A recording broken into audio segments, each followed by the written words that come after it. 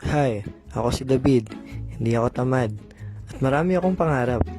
Hindi ko lang alam kung paano ko aabutin ang lahat ng iyon. At ang dami kong gustong gawin. Pero tara, samahan niyo akong simula ng araw ko sa mga bagay kung saan ako masaya. Dito, sinimulan ko na nga munang hati-hatiin ng mga bond paper kung saan idodrawing ko ang mga categories ng Inktober. Tama kayo na narinig. Ito ay categories ng Inktober. After ko hati-hatiin dito gamit ang cutter, ayan, tapos na, ay ipapakita ko sa inyo ano nga ba yung mga list ng categories ng Inktober per day. So, late ko na na-upload to at na-edit dahil nagkasakit ako at medyo naging busy.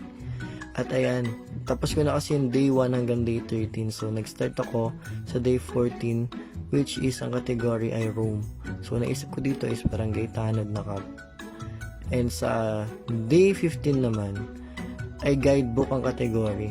So, ang naisip ko dito is yung meme ng kalapate na may hawak na guidebook na sinasabi, how to poop on people. And sa day 16 naman, ang category ay grungy. So, dito naisip ko is yung character or anime character na si Shigaraki ng My Hero Academia. At sa day 17 nga, dito ay naisip ko agad is yung Death Note na journal dahil ang category ng day 17 ay journal. So, hindi naman ako mahilig sa anime, no? Pero halos lahat ng category ay hinahango ko sa anime. And after nga nito ng journal na Death Note, ang kasunod na category sa day 19 ay sa day 18 ay drive. So, naisip ko dito is flash drive. So, ayun lang. Ganun lang siya kababaw. So, mabilis lang naman tong drawing na to. Actually, ano siya dapat per day ang drawing, kaso nga lang, ginawa natin na isang upuan dahil late na tayo.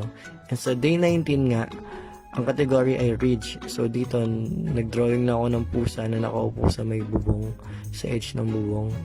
Ayan. Then, sa day 20 naman, is Uncharted. So, ang dinrawing ko dito is yung bangka. Ayan, na nasa gitna ng dagat na merong mata na hindi mo alam kung ano bang creature yan. So, yan yung Uncharted sa date 20. Yun yung category niya.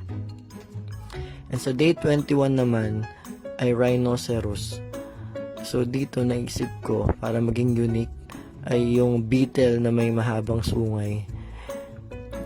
So, ayan. Alam ko sa anime din tong beetle na to. Kaya ayan, ayun yung category niya is rhinoceros. So after nga yan, sa day 22 naman is camp. So dito nag-drawing na ako ng tent. At yung character na nilagay ko dito is walang iba kundi si Charmeleon. Yan. Sa day 23 naman, ang category ay rust. Naisip ko dito is yung utak na merong iba't ibang klase ng engine. Yan. So, sa expedition naman sa day 24 ay 3 idiots yung naisip ko. Hindi ko na video and then nalobat. And then 25 is scarecrow. And then next is day 26. Ang category ay camera. So, dito yung mata. Ginawa ko, yung pinakamata niya is lens ng camera. So, ganun yung ginawa ko dito. And then next is fruit. Day 27 is fruit. Naisip ko dito is yung the narrow road and the wide road. And next is jumbo. So, naisip ko dito is yung Ghibli films na My Neighbor Totoro. So, ganun lang. Ganun ko lang siya iniisip. And after nga nito, day 29 ay walang iba kundi navigator. So, yung navigator na naisip ko dito ay walang iba kundi si Nami, syempre. Hindi naman ako fan ng anime, no? Pero sa day 30, violin. So, anime ulit ang reference ko. So, si Brooke na may hawak ng violin. And sa last ay landmark. At ang landmark ay Luneta Park. So, yun yung last day, day 31. So, dito, ipa-flash ko na yung day 1 hanggang day 31.